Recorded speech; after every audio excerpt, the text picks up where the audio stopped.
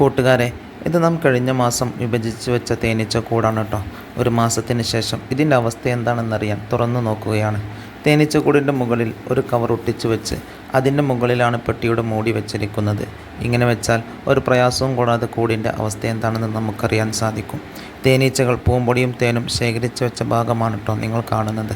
രണ്ടും ശേഖരിച്ച് തുടങ്ങിയിട്ടേ ഉള്ളൂ. തൊട്ടപ്പുറത്ത് തന്നെ തേനീച്ചകളുടെ മുട്ടയും കാണുന്നുണ്ട്. ശ്രദ്ധിച്ചു നോക്കിയാൽ നമുക്ക് റാണിയെ കാണാം. എല്ലാം പുതിയ മുട്ടകളാണ്. ആ കാണുന്നതാണ് കേട്ടോ റാണീച്ച. മറ്റു ഈച്ചകളേക്കാൾ വലിപ്പം റാണീച്ചകൾക്കുണ്ടാകും. റാണീച്ചുണ്ടെങ്കിൽ ആ കോളനി വിജയിച്ചു എന്നാണ് അർത്ഥം. ഇൻഷാ അല്ലാഹ് അടുത്ത പ്രാവശ്യം ഇതിൽ നിന്ന് തേനെടുക്കണം. ഈ കൂട് സ്പ്ലിറ്റ് ചെയ്ത് 2 കൂടാക്കണം. ഇഷ്ടപ്പെട്ടാൽ കൂടെ കൂടാൻ മറക്കല്ലേ.